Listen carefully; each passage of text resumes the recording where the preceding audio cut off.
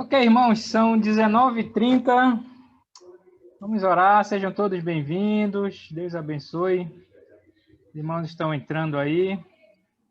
Então, essa aqui vai ser a nossa 7ª aula, tá? Aula 7. Eu já enviei o vídeo da aula 6, tá? Do Ivaldo. Se você não recebeu por alguma razão aí, pode me pedir que eu reenvio para você, tá? O vídeo da última aula aí. Então, estamos aí atualizados aí com as aulas desse módulo aqui, tá ok?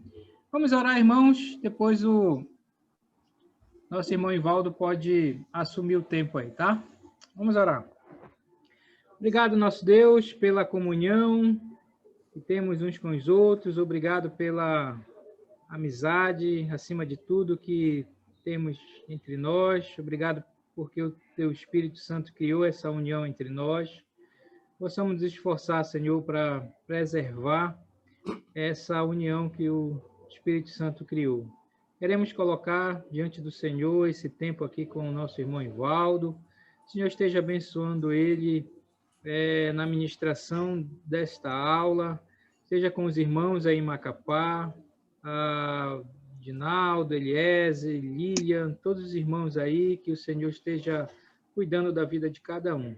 Muito obrigado e te peço pelos irmãos que estão aqui conosco e aqueles que ainda vão chegar aqui também. Colocamos esse tempo diante do Senhor, em nome de Jesus. Amém. Amém. Amém, meus irmãos. Ivaldo, pode ficar à vontade. Amém, amém. Bem, boa noite para todos. É uma alegria estar de volta aqui, nossa segunda-feira. Eu já vou dizer para vocês que hoje a nossa aula vai ser um pouco mais curta. Então, 8h30, entre 8h30 e 9h nós vamos encerrar. E é por um motivo nobre.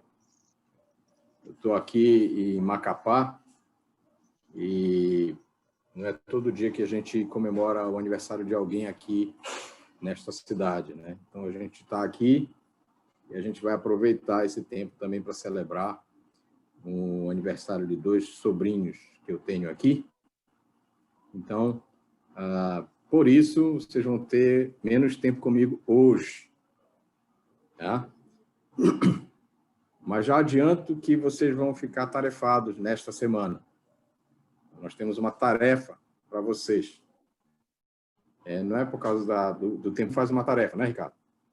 E aí o pessoal da administração aí do ITG começa a cobrar o professor, né? Vai avaliar o pessoal? Aí a gente tem que avaliar o povo, né? Na verdade, como eu disse para vocês, o processo de avaliação de todos está sendo feito no tempo das aulas, né? E com uma ou outra atividade que nós vamos realizar. Então, fiquem tranquilos quanto a isso, tá bom?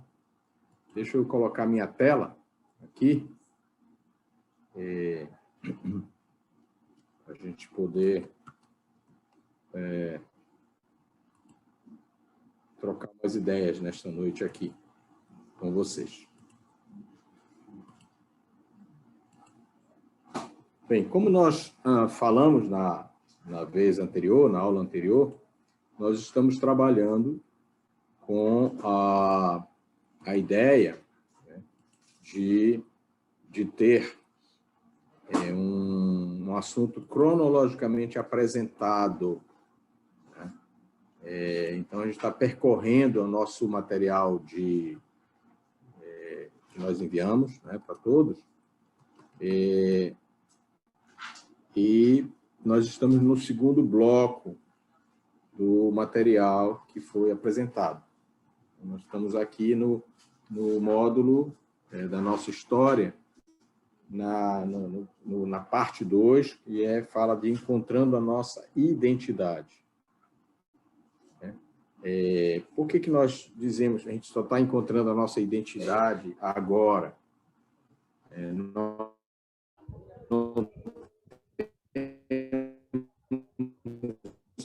o DNA originário, aquilo que nós somos.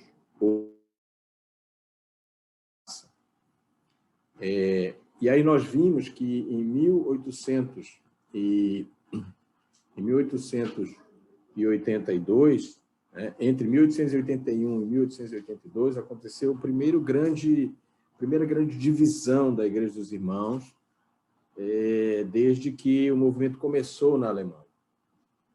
E nós encontramos esses três grandes blocos que se apresentaram naquela altura, né?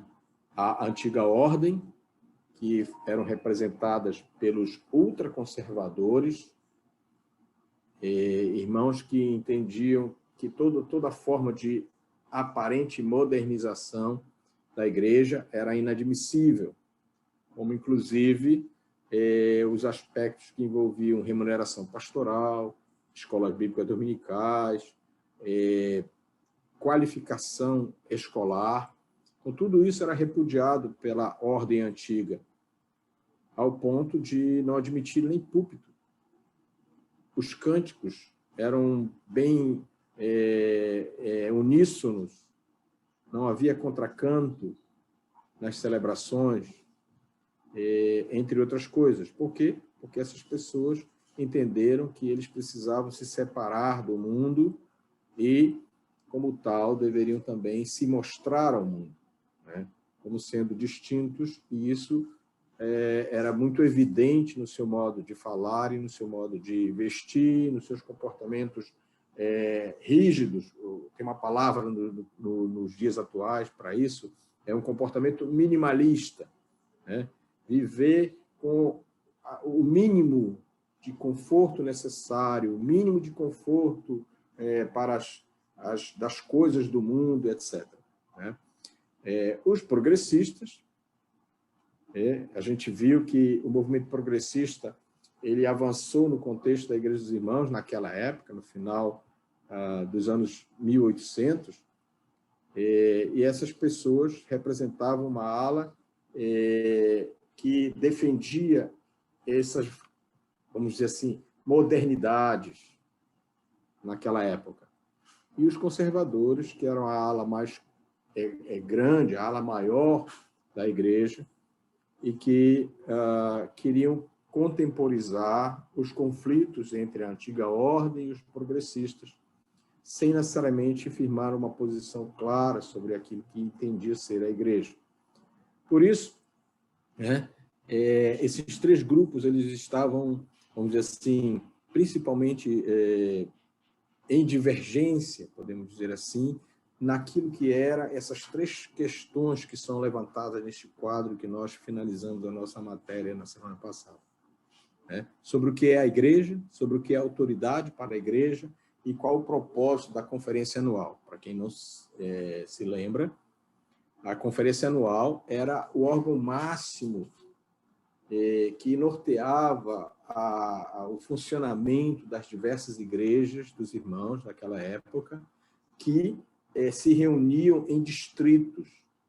Então, tinha a igreja do distrito de tal lugar, de tal estado, de tal região, as igrejas de outro estado, as igrejas de outra região, e a conferência anual era a reunião desses conselhos distritais da igreja, e nela se deliberava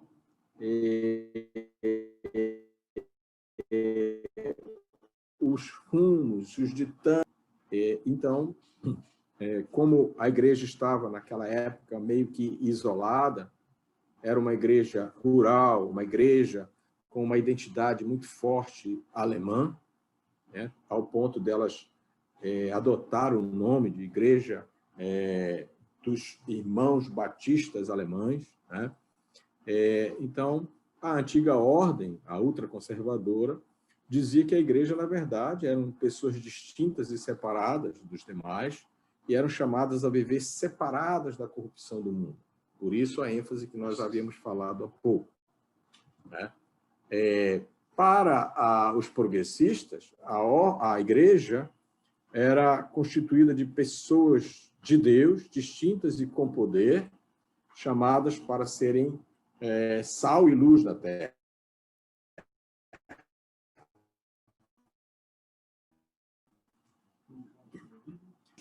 Entendiam que a igreja era uma instituição autorizada por Deus chamada para pastorear o seu rebanho e ser suas testemunhas.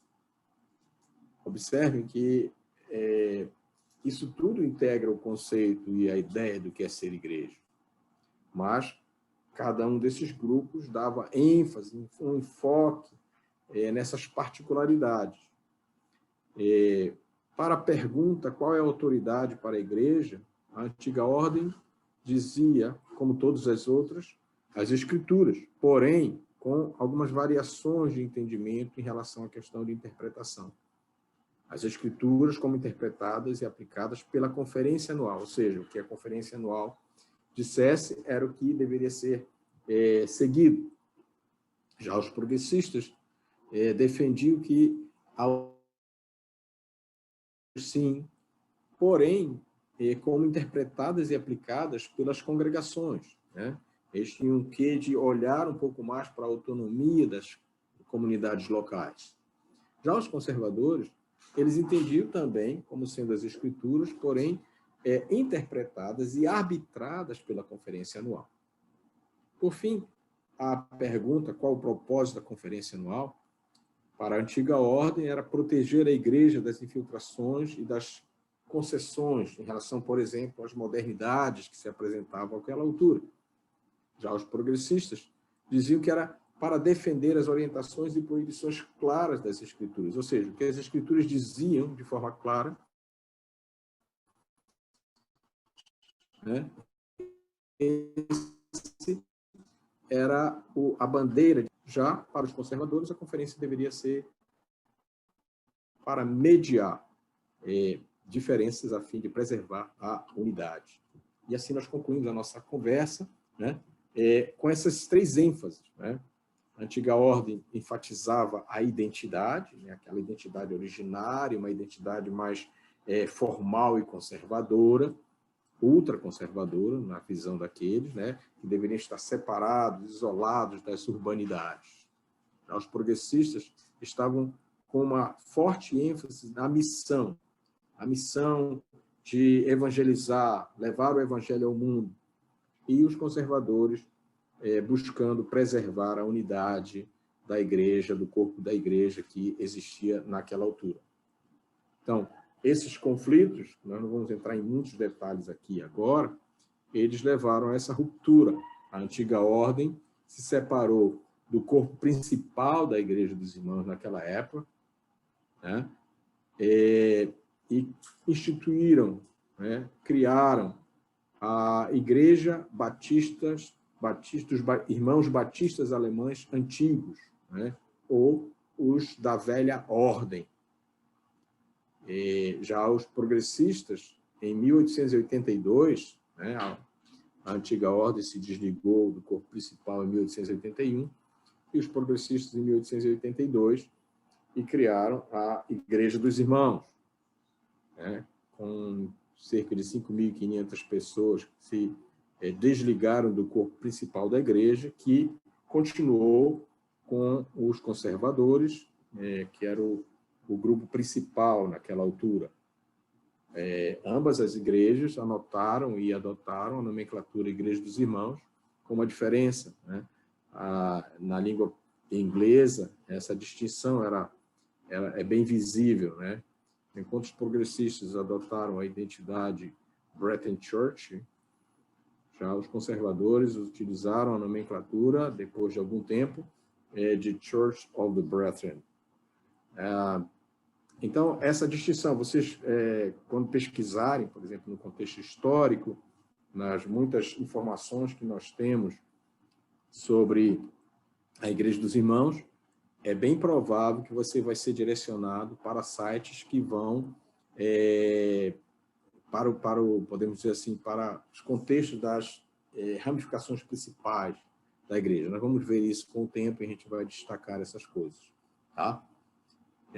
Depois a gente vai abrir para algum esclarecimento. Então, de 1708, aqueles irmãos que emigraram da Alemanha constituíram um corpo local bastante promissor àquela altura, né? Entre os anos 1700 e início dos anos 1800, eles desenvolveram-se como uma comunidade vibrante, uma comunidade atuante, uma comunidade com um fervor evangelístico, e que se alastrou pelos Estados Unidos, da costa leste à costa oeste, influenciados de uma forma muito significativa pela guerra, pela independência americana, e mais tarde a gente vai ver também o impacto da guerra, da secessão americana, ou da guerra civil americana, também no contexto do corpo das igrejas, dos irmãos naquela altura. Então, em 1708, os irmãos batistas alemães, como eles se autodenominaram, em 1781, né, eles tiveram a primeira ruptura, em 1881, quando os irmãos antigos, os antigos irmãos batistas alemães, fundaram a sua comunidade, né, ultraconservadora.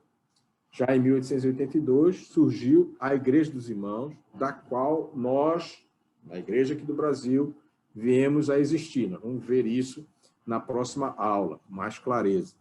Tá? E a linha principal da Igreja dos Irmãos, que adotou esse nome, né, Church of the Brethren, em 1908. Então, àquela altura, né, no final dos anos 1800, nós tínhamos essas três grandes ramificações da Igreja dos Irmãos na América. Ok? Isso é importante que a gente fale aqui hoje. Tá? É claro que essa ruptura ela teve um vetor muito importante na história da Igreja dos Irmãos, que foi os aspectos que envolviam comunicação, que envolviam educação, coisas que os progressistas daquela altura perseguiam. E influenciado de uma forma bem significativa por esse homem chamado Henry Hosinger, um visionário, podemos dizer assim, né? Eliese, na aula passada, quando terminou a aula passada, me mandou um texto de um cidadão chamado Charles, esqueci o sobrenome agora, e no início do... ele escreveu sobre ele essa definição. Ele era independente em todas as coisas, mas a sua neutralidade não existia, né? Ele não era neutro em nenhuma delas, né? É muito importante, às vezes, a gente ter pessoas com esse pensamento, com essa maneira de ser, né? Independente, mas sem se manter neutro. E é claro que esse estilo Hosinger com certeza afetou muita gente. Primeiro, influenciou diretamente na ruptura da antiga ordem com o comitê, com o corpo principal da Igreja dos Irmãos, por conta dele ser um árduo defensor das ideias progressistas, né? E a gente já falou sobre isso aqui, né? O progressismo que a gente está falando nesse contexto histórico da Igreja dos Irmãos não é o progressismo que a gente estuda no contexto de hoje, né? Para a gente não sair misturando por aí. Eu me lembro que o ano passado, uma das aulas sobre a igreja, resolvi dar uma passada lá no ITG, então essa era uma das coisas que estavam sendo faladas nessa época, e a gente teve que fazer uma ressalva sobre isso, né? Não confundir as coisas, tá? É muito importante que a gente faça isso, tá? Então, pensem que o progressismo, naquela altura, eram para coisas que nós hoje consideramos até muito triviais. Por exemplo, a escola bíblica dominical. Naquela altura, isso era considerado um assinte, né? Uma coisa totalmente do mundo, né? É interessante que, como já dissemos, a prática da escola bíblica dominical já havia sido uma prática corrente na Igreja dos Irmãos nos tempos de Alexander Mack, Pedro Beck e outros ícones originários da Alemanha que emigraram para a América. Quando eles fizeram isso, essas escolas bíblicas dominicais de rock foram muito bem, vamos dizer assim, recebidas no contexto do povo que fazia parte da Igreja dos Irmãos e que delas se beneficiaram. E, naquele instante, uma grande número de pessoas se agregaram e participavam dessas celebrações. Tá? Então, nós temos uma pessoa extremamente importante nesse contexto da nossa história, chamado Rosinger, né? E que, de alguma maneira, serviu como uma espécie de, como diz nosso material, né? Uma espécie de para-raios, onde que ele recebeu todos os olhares, né? Não somente da antiga ordem, mas também do grupo maior do corpo de membros da Igreja dos Irmãos naquela época, os conservadores, né? Se vocês atentaram para o texto do nosso livro, vocês vão ver que a ideia dos progressistas, na verdade, não era dividir a igreja, né? Eles não tinham nenhum desejo de um corpo separado, mas eles estavam, naquela altura, convencidos de que o corpo principal da igreja se havia corrompido e, de alguma forma, entendiam eles que esse corpo principal havia se afastado dos primeiros princípios do Evangelho colocando em xeque o testemunho puro de Cristo, segundo os progressistas, né? E então diziam que, a menos que o corpo principal se reformasse nesses assuntos, né, obviamente os progressistas não poderiam permanecer, né, no contexto do corpo principal da Igreja dos Irmãos. E por isso, os conflitos, né? É muito importante que a gente entenda isso. Por quê? Porque nós vamos ver que um novo conflito vizinha, né? É claro que as divisões da igreja sempre trazem mal-entendidos e muitos sofrimentos. Na verdade, né, a gente vai ver quando surgirá, ou quando surge na história, a Igreja dos Irmãos por Graça, nós vamos ver que muitas famílias foram divididas por conta dessa ruptura. E muitas delas, alguns perderam, deixaram os contatos normais de uma família sanguínea, até que as pessoas morreram sem ajustar os seus ponteiros, podemos dizer assim, né? Enfim, essas coisas também contribuíram para que a Igreja dos Irmãos, ou a Brethren Church, que é a ramificação de onde nós vamos existir no futuro, né, em relação a 1882, esse grupo, obviamente, marcou o contexto da Igreja dos Irmãos. Isso é real, né? Na verdade, a data de constituição desse grupo começa em junho de 1883, né? Numa cidade chamada Dayton, em Ohio. Foi um evento naquela cidade. E eles se reuniram para traçar os primeiros passos da nova Irmandade. Coisa importante também que se diga é que tanto os conservadores quanto os antigos, a ordem antiga, eles se manifestavam como os verdadeiros representantes do movimento dos irmãos originários na Alemanha. Assim também como os agora alinhados dos progressistas, podemos dizer assim. Tá? Esse comitê ele se reuniu para iniciar a nova organização.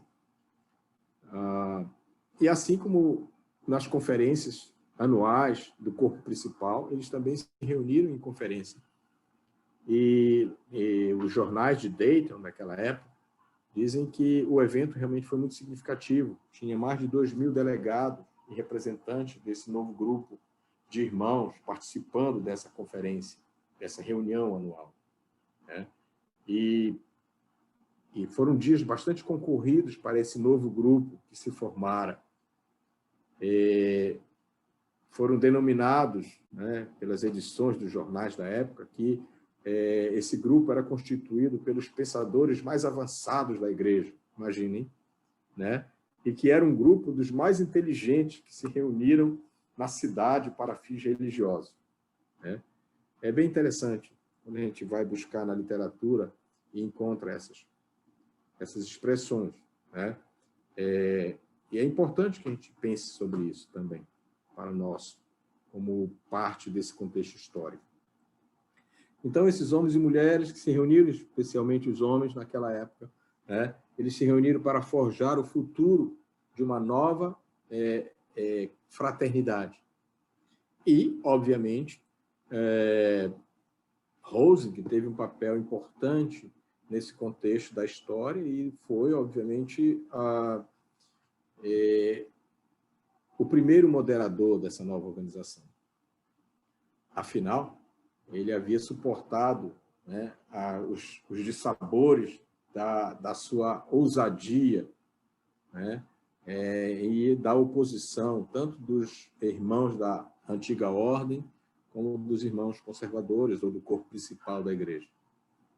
E decidiram, naquela altura, que eles, depois de algumas discussões, que nome eles iam adotar, eles simplesmente disseram que eles queriam utilizar o mesmo nome pelo qual eles foram conhecidos no passado, ou seja, o nome de irmãos, né?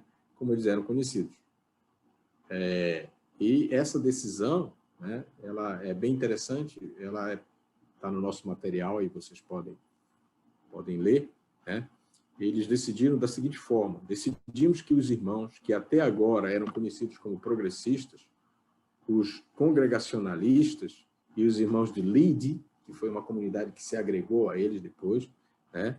Aliás, nesse evento, são todos um corpo em Cristo, e que todos os títulos sectários que existiam até agora serão abandonados para sempre, e que a partir de agora seremos conhecidos tanto religiosa quanto socialmente, e nos reconheceremos pelo nome que aparece no Evangelho: irmãos. É importante que a gente fale sobre isso, porque essa expressão ela vai percorrer toda a nossa história, e até agora, no século XXI. Né? E eles se autodenominaram, então, deveriam se chamar de irmãos, né? Se apresentar como irmãos, mas oficialmente é a Igreja dos Irmãos. Tá? Então, é importante. Né? Nessa conferência de Constituição, podemos dizer assim, foram tomadas algumas decisões que teriam efeito de longo alcance no futuro da denominação. E um deles dizia respeito à elevação dos padrões do ministério. E essa era uma questão muito importante. Por quê? Porque também foi uma questão de conflito. Né? Uma das coisas que havia sido bem acentuado era o fato de que a qualificação dos ministros daquela altura era de baixa qualificação. Era uma igreja, como dissemos, eminentemente rural. E eles diziam, então, nessa conferência, que sem ministros fortes e bem preparados, não se pode esperar que uma igreja em crescimento se desenvolva. Tudo isso envolvia terem líderes também assalariados e treinados. Esses temas, se vocês se lembram, nós já havíamos falado, haviam sido desaprovados pelo corpo principal, né, o corpo remanescente, em 1882, e foi uma das razões pelas quais eles tiveram que sair. Obviamente, teve o caso específico do comitê que recomendou o afastamento de Rosinger por conta das suas manifestações. Né? Nessa reunião dos progressistas, agora a Igreja dos Irmãos, eles elencaram 5 orientações nessa questão. Tá? Eu quero que você pesquise na sua apostila, no seu material, essas 5 recomendações que foram apresentadas. Está no capítulo 5 do nosso livro. Então, pesquisem e depois vocês podem mandar as suas respostas aí, tá bom? Não é a tarefa ainda para a semana, tá? Ok? Uma outra questão também importante tinha dizer respeito à questão do governo da igreja. Essa era uma questão muito importante para eles. Tá? uma vez que eles repudiaram, né, a decisões da Assembleia Geral ou da Conferência Anual do corpo principal. Então, eles tinham que fazer uma discussão nova sobre como seria essa relação do governo das igrejas, né? Então, uma forte ideia de comunicação, educação, celebração e missão no contexto da constituição desse novo corpo, como nós vimos na aula passada. Essas eram valorizações, eram temas extremamente importantes para aqueles que se chamavam, que foram alcunhados como progressistas.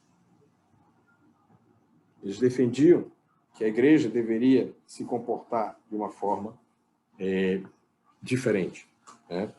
E nessa reunião, um cidadão chamado Stephen Batchelor, né, ele disse no seu discurso e na declaração de princípios que eles haviam estabelecido, ele disse o seguinte: em vez de ser uma declaração de secessão, ou seja, de divisão, este documento é uma reafirmação da nossa doutrina e plataforma da igreja, né? É claro que, apesar dessa afirmação, como o grupo se organizou, enfrentou uma série de escolhas definitivas que determinariam como esse grupo expressaria suas crenças e práticas no seu ambiente cultural e religioso, né? Então, essas questões, esses embates, eles se concentraram nas três grandes questões do governo da igreja, da relação da igreja com a cultura existente e também no arcabouço, né, o corolário da sua doutrina, tá? Nessa altura da divisão, em 1882 ainda, foi cunhado o lema dessa rama da Igreja dos Irmãos, que nós utilizamos ainda hoje: a Bíblia, toda a Bíblia e nada além da Bíblia.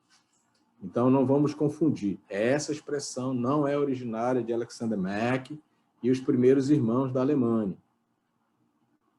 Em nível prático, sim, porque eles faziam isso. Mas a expressão em si, ela só foi cunhada em 1882, tá? Com os progressistas, né? A Bíblia, toda a Bíblia, nada além da Bíblia. Tá? Agora você já sabe quando é que surgiu, no contexto da Igreja dos Irmãos, essa expressão, né? Que é uma bandeira da igreja. É interessante porque quando essas discussões apareceram, né, nós vamos falar sobre isso, e tem a ver com o trabalho que vocês vão fazer, né? Essa bandeira sempre era levantada, tá?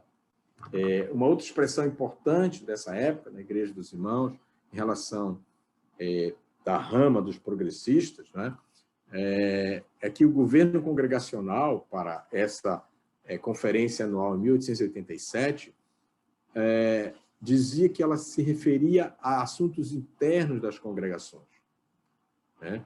Então, essa questão de governo tem a ver com o corpo local, mas a doutrina ela tem que ser universal.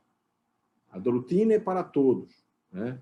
Na concepção daqueles que estavam nessa conferência anual de 1887, dos agora chamados Igrejas dos Irmãos, mas originários do movimento progressista, né? E essas questões do governo estavam relacionadas aos assuntos internos do corpo local. Mas a doutrina, sim, é universal, né? Serve para todos. Isso é importante que a gente diga também aqui hoje, tá? Então, como eu disse, a Igreja dos Irmãos, nessa altura, ela estava podemos dizer assim, com algumas escolhas a fazer, né? E também com algumas mudanças que ela necessitava fazer, né? Então, 3 áreas: governo da igreja, a questão da relação com a cultura e a questão do arcabouço doutrinário da igreja, né? Em relação ao governo da igreja, como mostra aqui no nosso esquema, né, nós vamos encontrar vamos dizer assim, essas opções, né? Conformidade versus autonomia. Tá? Em 1881, o Rosinger e o Basher, eles publicaram na revista O Cristão Progressista, né, alguns princípios dos progressistas para essa questão. E eles afirmaram nessa publicação o seguinte: nossa doutrina não deve vir do homem, mas de Deus. E nada deve ser feito, né, para atestar, né, ou para ser um teste da comunhão cristã ou posição oficial, mas o que pode ser comprovado a partir do Evangelho. Eles acreditavam que se nós, a igreja, como igreja, estaremos satisfeitos com o Evangelho, como nossa regra de fé e prática, as nossas dificuldades tendem a cessar. Né? Por isso, a Declaração de Princípios, redigida em 1882. Veja, não é um credo, né? Mas uma declaração de orientações norteadoras para a comunidade de igrejas que agora estão apartadas do corpo principal e criaram um novo corpo. Né? Então, eles diziam que, em todas as questões de governo da igreja, as doutrinas e mandamentos dos homens estão paralisando a vida e os interesses da igreja. Que, na doutrina, a igreja de Cristo deve se harmonizar universalmente, mas em questões de governo e de costumes, pode ser congregacional. Né? Enfim, né? O problema é que existia uma grande dificuldade de equilibrar essas coisas, né? Os perigos inerentes aos extremos da regra centralizada e a autonomia, que era o caso que levou ao grande conflito de 1881 e 1882. Para isso não era tão fácil quanto parecia, né? E os progressistas sabiam que não queriam um sistema como o que tinham deixado, mas também reconheceram que alguma expectativa de conformidade entre as congregações locais era necessária para manter uma associação de igrejas. Então, conformidade demais, autonomia demais, né? Era essa questão que se apresentava para esse novo grupo, né? Então, eles tiveram uma segunda convenção, né? Em 1887, foi a segunda convenção, ou a terceira, se a gente considerar que a primeira convenção, ainda em 82, quando eles se reuniram lá próximo da Conferência Anual do Corpo Principal, seria considerada a primeira. Então, enfim, não importa. Né? Em 87, para os registros, seria a segunda Conferência Anual dos Progressistas. Né? E eles tentaram, vamos dizer assim, esclarecer essa questão. Tá? Então, eles tomaram uma seguinte afirmação: é o sentido desta convenção que a ideia apostólica do governo da igreja congregacional se relaciona apenas com os assuntos incidentais da congregação local e não com práticas doutrinárias e princípios que devem ser gerais ou universais. Ou seja, essas questões que envolvem a doutrina, elas são para todos. Essa é a ideia. Né? E deve ser o mesmo em todas as congregações. Certo? As condições doutrinárias de adesão em uma congregação serão as condições doutrinárias de adesão em todas as outras. Mas o funcionamento da estrutura do corpo local, isso dizia respeito ao governo, né? E à gestão local. Né? Então, esses conflitos, obviamente, apareceram, e isso gerou uma série de questionamentos, e, obviamente, isso ainda vai percorrer um pouco da nossa história aqui para a gente contar. Né? É claro que o conceito que foi surgindo dessas resoluções, das convenções, né, era de uma forma congregacional limitada de governo da igreja. Dentro da Igreja dos Irmãos, existiam alguns que queriam a congregação absoluta, né, o modelo congregacional absoluto, enquanto outros favoreciam uma estrutura que ligava as congregações individuais a políticas e procedimentos comuns. Né?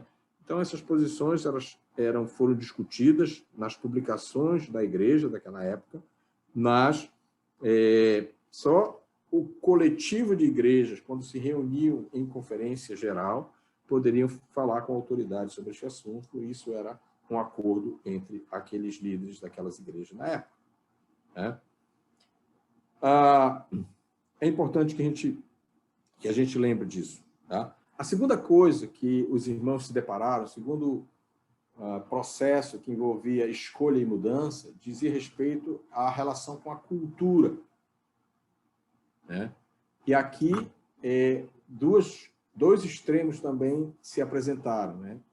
O princípio da separação, né? Que eram defendidos pelos ultraconservadores, por exemplo, né? A ordem antiga, né? Versus o envolvimento ou a permeação no contexto da cultura local, que era defendido pelos progressistas. Né? Em 1860, a conferência anual do corpo principal, né, onde não havia tido a ruptura ainda, né, tinha um plano agressivo de evangelismo, e eles haviam aprovado isso na conferência anual de 1860. Porém, com a Guerra Civil, esse plano foi por água abaixo, né? E aquele zelo missionário desapareceu no contexto da Igreja dos Irmãos. No entanto, né, vamos dizer assim, custou a se desenvolver uma causa de uma preocupação relacionada a isso. Tá? Em alguns anos antes dessa ruptura, a igreja se perguntava, nossa igreja não deveria adotar algum plano geral para divulgação e disseminação do evangelho? Né? Enfim, tá? E aí algumas questões apareceram. Né? Por exemplo, para você mobilizar pessoas para fazer esse tipo de coisa, você precisa ter suporte financeiro para fazer isso. Mas como enviar missionários ou como enviar obreiros se nós defendíamos que não deveríamos ter pessoas pagas para fazer a obra? Né? Então, esses conflitos apareceram, né? Na relação entre aquilo que as pessoas fora faziam e a que a Igreja dos Irmãos não fazia. Tá? Em 1887, por exemplo, né, depois de aprovado um trabalho missionário, a Igreja dos Irmãos iniciou um trabalho na Dinamarca, por exemplo.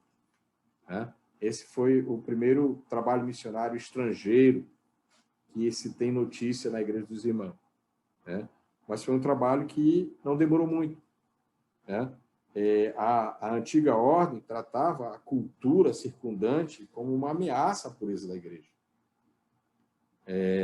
Eles queriam ser testemunhas, mas eles se aproximaram com extrema cautela para que não fossem atraídos pelos maus hábitos e padrões que eles consideravam assim da sociedade naquela época. Né? Já os progressistas concordaram que a cultura tinha influência corruptora, é verdade, mas eles esperavam permear essa cultura com o evangelho, com a mensagem evangélica. Por isso, eles defendiam, sim, uma relação, um envolvimento com a cultura. Né? E Rosinger era um porta-voz desse conceito. Né? Como eu disse, né, na aula passada, né, todos os meios tecnológicos que nós temos à mão para que o evangelho seja anunciado. Né? Nós podemos usar de tudo. Né? Não que eles vão nos escravizar, mas que eles sejam subservientes ao evangelho. Então, essa era a ideia de Rosinger. Né? Então, essa declaração de princípios, por exemplo, que nós mencionamos há pouco, era importante para os progressistas dar uma ideia inovadora para o conceito de evangelismo. E eles diziam que o evangelho reconhece a liberdade dos homens e da igreja para estabelecer conveniências, instrumentos e imunidades pelas quais a educação e espiritualidade ou espiritualização da raça das pessoas podem ser alcançadas com sucesso em diferentes gerações e sob várias circunstâncias. Era o que permeava a ideia de disseminação do evangelho com esse envolvimento na cultura da sociedade americana e, consequentemente, da sociedade do mundo inteiro. Tá? Mas isso não foi algo tão fácil de fazer. Afinal, a cultura dos irmãos naquela época era uma cultura relativamente baixa. Né? E isso, obviamente, influenciou no contexto da geração de líderes com uma certa limitação nos estudos e também, obviamente, nas escrituras, né?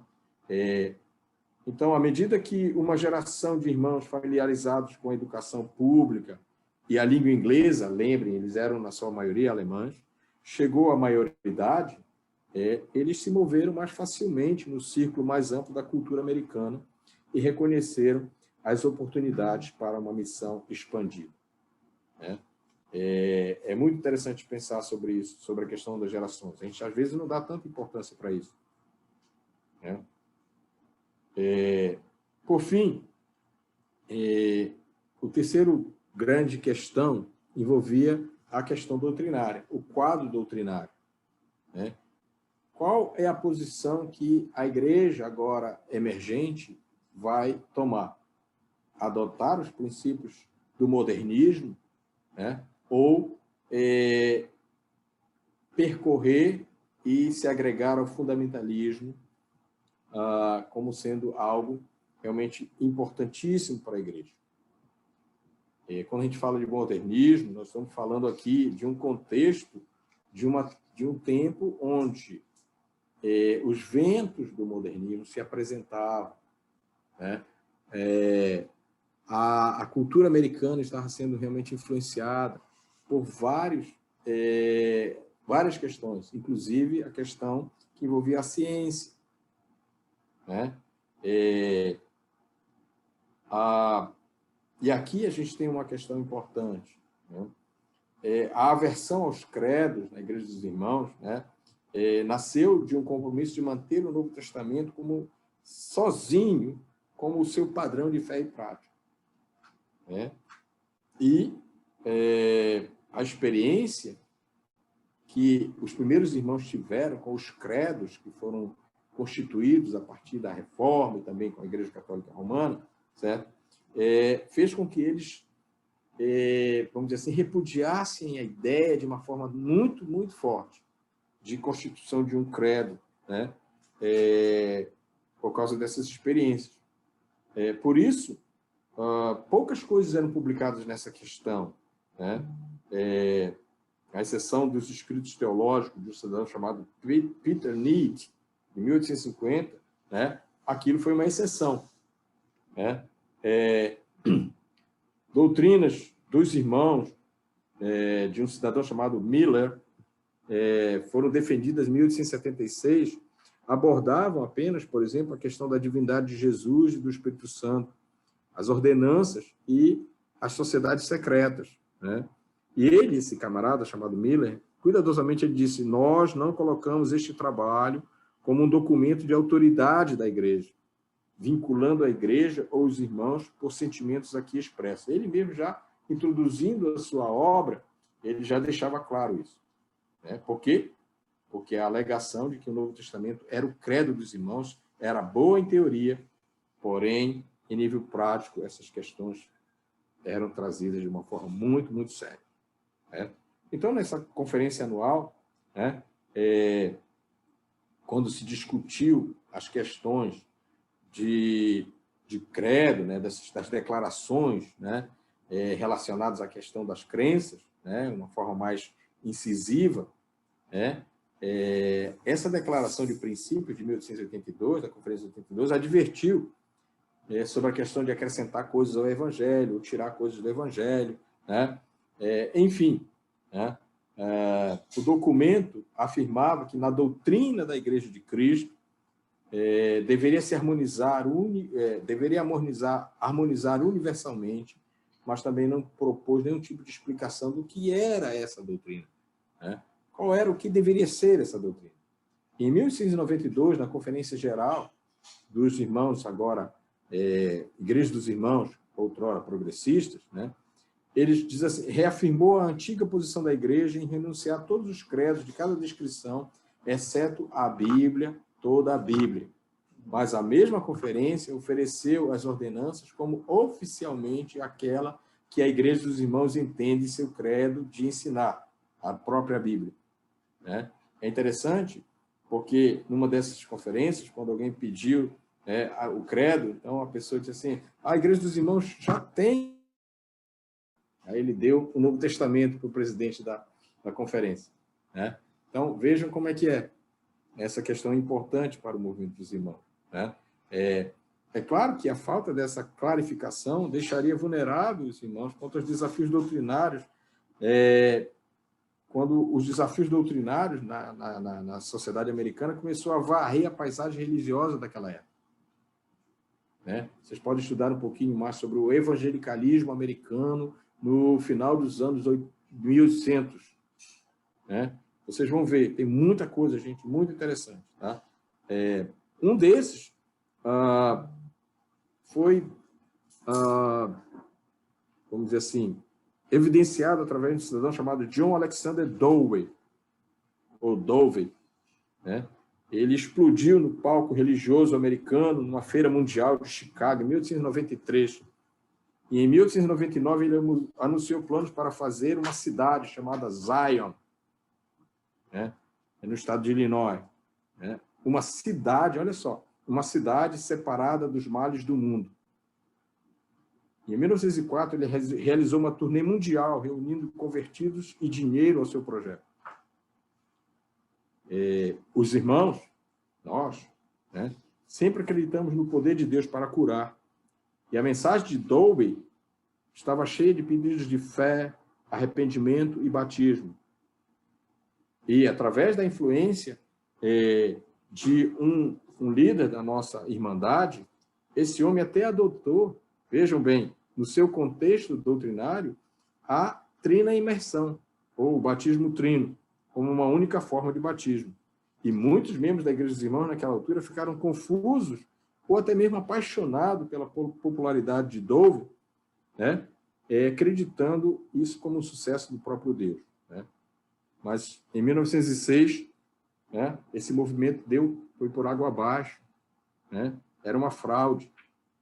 Né? E aí, a carreira de Dowie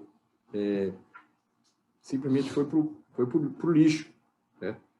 Porém, o seu apelo entre os irmãos e as questões que ele levantou demonstraram inadequações no sistema de ensino doutrinário da Igreja dos Irmãos naquela altura e na formação dos seus ministros. Né? E por isso, é importante lembrar, né? A Convenção Progressista de 1887 havia aprovado uma resolução para incentivar a educação teológica desses novos ministros. Né? Em 1888, a Universidade de Ashland, que era uma universidade da Igreja dos Irmãos, né, adotou uma carta que citava a formação de ministros como uma das principais funções da escola. Né? Enfim, né? Porém, o departamento bíblico da universidade só foi formado ou constituído, só se constituiu um seminário, na verdade, naquela instituição em 1906. Né? Enfim, por isso, nesse ínterim, muitos dos nossos jovens daquela altura foram estudar em outras instituições, concorrentes teológicas das mais diversas. Né? Isso eu quero que vocês deem uma pesquisada, né? Aí, no contexto das suas pesquisas da nossa história. Nós estamos já caminhando quase para o final da nossa conversa de hoje. Tá? Então, 3 áreas, 6 opções, né? 2 em cada área. O que escolher? O que definir? Como essas coisas iriam ser encaminhadas no contexto da Igreja dos Irmãos naquela altura? Uma igreja emergente, né? Que foi forjada sob a égide do progressismo. Né? E agora se depara com essas questões tão importantes e, vamos dizer assim, com bastante... na verdade, cruciais para a própria instituição que surgira. Né? Então, no caso do quadro doutrinário, por exemplo, o que pregava o modernismo, né? E o fundamentalismo naquela época? Né? O modernismo, por exemplo, traziam críticas elevadas e entendiam que a Bíblia, interpretavam a Bíblia como uma literatura simplesmente humana. Né? Começa o secular, não é secularismo, mas a tendência de pensar na evolução progressiva, né, era começar a admitir a possibilidade, né, de outras variáveis de ensinos e de entendimento do contexto da cosmovisão, né? Essa ideia de que a sociedade melhora dia após dia não é de hoje, né? A evolução progressiva que o modernismo anunciava era a admissibilidade que a sociedade cada dia melhora mais. Nós vamos encontrar isso aí nas correntes materialistas, no século XXI também, né? Mas isso já não é de hoje. Além disso, uma forte ênfase no evangelho social começar a ser disseminado no contexto da sociedade americana. Ou seja, o que é isso? É possível criar um meio ambiente cristão. Aqui, nós vemos essas coisas acontecerem também nos anos 60, no início dos anos 60, nos anos 70, principalmente com a Igreja Católica Romana, teologia da libertação, entre outras coisas. E, por fim, o que caracterizava isso naquela época era os princípios de vida, os princípios de vida, na verdade, eram a mensagem pretendida da Bíblia. Então, a Bíblia, os princípios da vida eram a mensagem pretendida. Já o fundamentalismo, contrapondo a questão das críticas elevadas, diziam que eles defendiam o literalismo bíblico, a aceitação da Bíblia como revelação inspirada por Deus. Em relação à evolução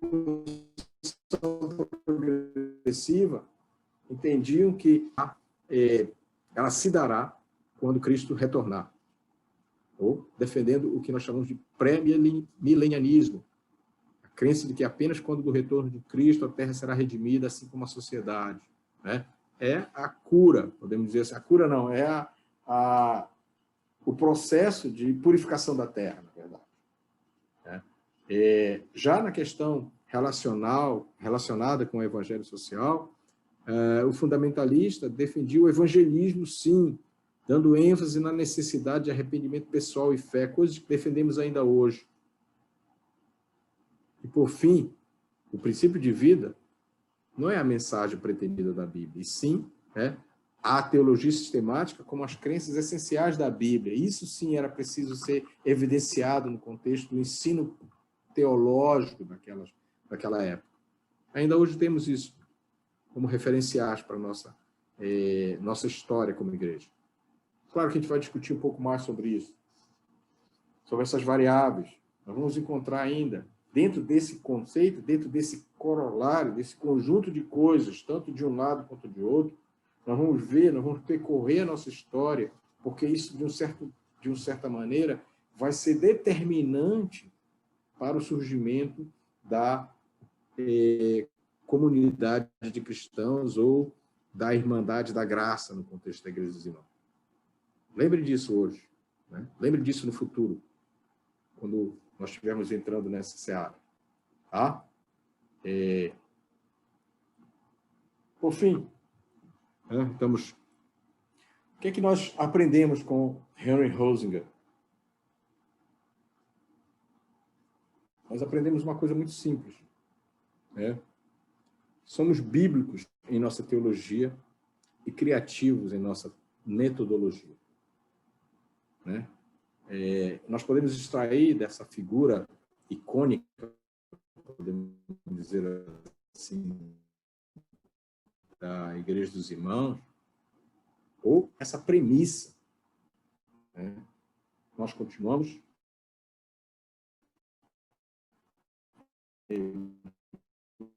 buscando nas Escrituras, mas a maneira como nós vamos aplicar isso, elas podem variar. Aproveitando o momento e aproveitando as ferramentas que estão à disposição para nós. Eu digo de formas criativas e inovadoras de levar, melhor dizendo, de cumprir a missão. De cumprir a missão. E Hozinger traz isso para nós. Tá? com alguns pontos importantes, né?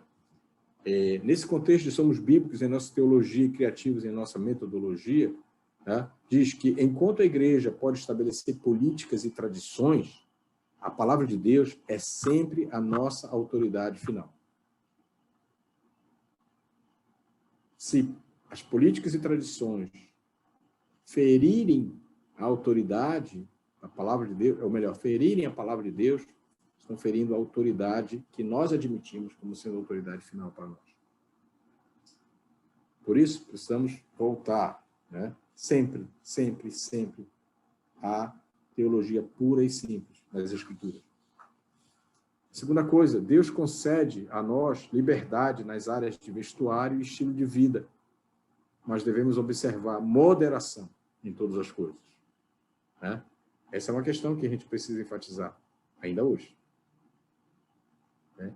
E essa questão também, essa questão da forma, não só nessas questões da liberdade em maneira de vestir, né? Ele fala que, eu gosto mais dessa expressão, ela completa, o estilo de vida, né? Tem várias outras coisas em que nós precisamos observar moderação, né? Nesse grupo, na semana passada, surgiu uma discussão sobre memes, né, que provavelmente a gente poderia enquadrar aqui, né?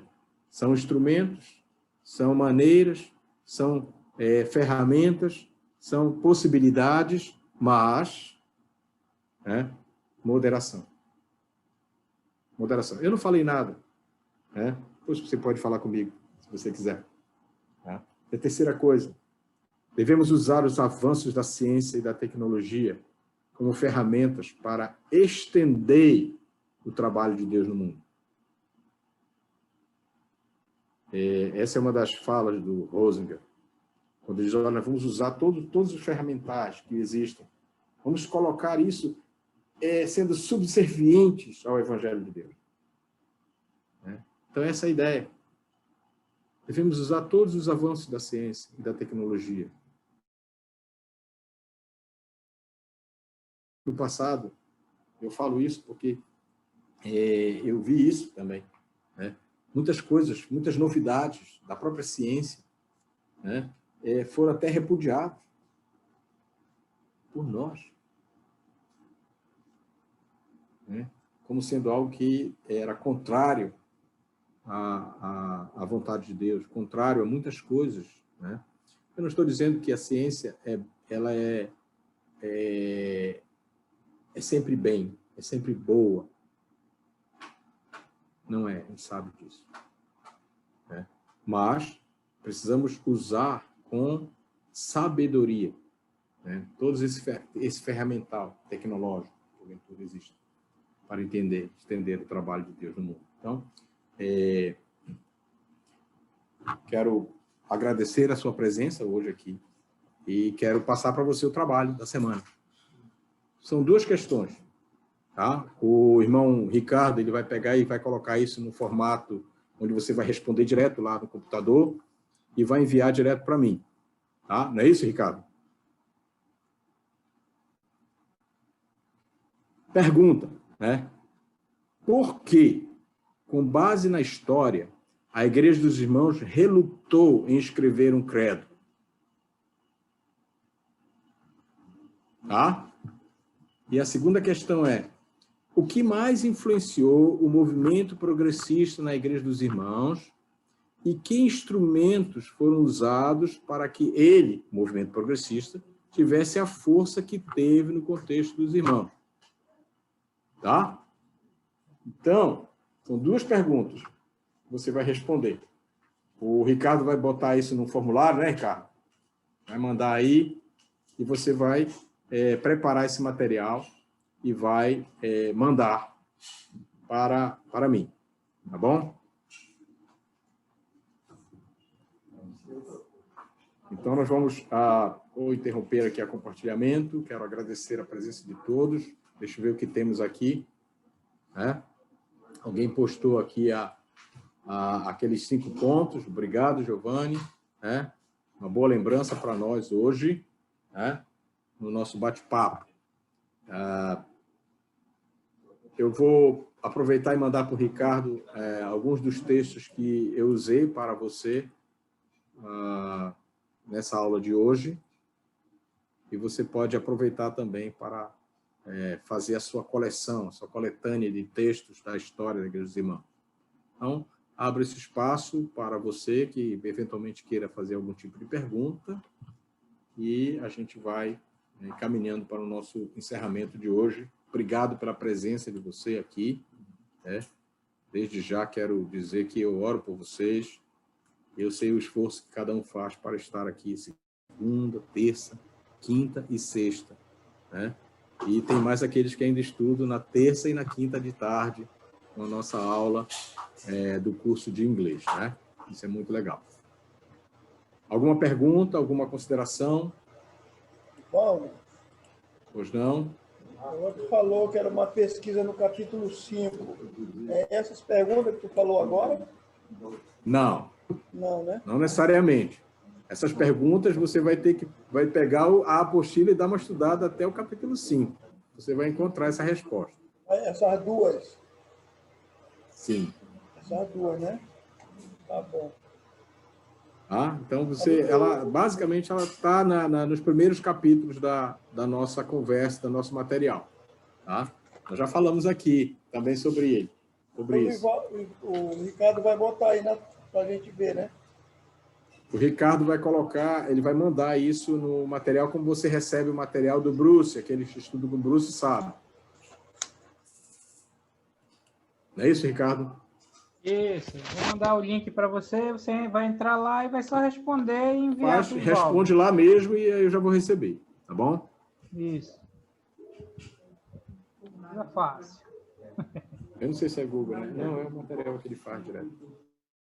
Ok? Mais alguém?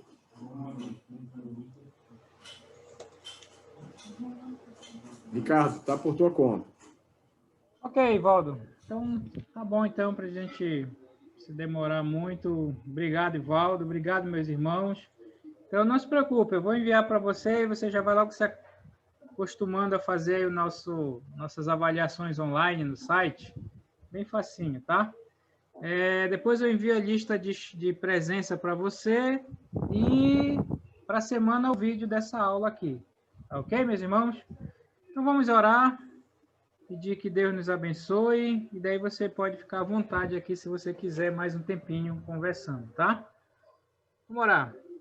Obrigado, Senhor, pela vida do Ivaldo. Obrigado pela aula aqui com ele, pelas informações, Senhor, que tudo seja realmente feito para a honra e para a glória do Senhor, para o nosso amadurecimento como igreja, de tudo aquilo que temos ouvido. Agradeço pela vida dele, peço pelo tempo lá, mais uma vez, com a sua família, seus irmãos, lá em Macapá. E cuida da vida de cada um aqui também, Senhor, e nos dá uma noite na presença do Senhor, em nome de Jesus. Amém. Amém, meus irmãos? Deus abençoe, tenha uma boa noite e até segunda-feira novamente, se Deus quiser, tá? Qualquer coisa é só me chamar no privado. Depois eu envio para vocês as coisas aí.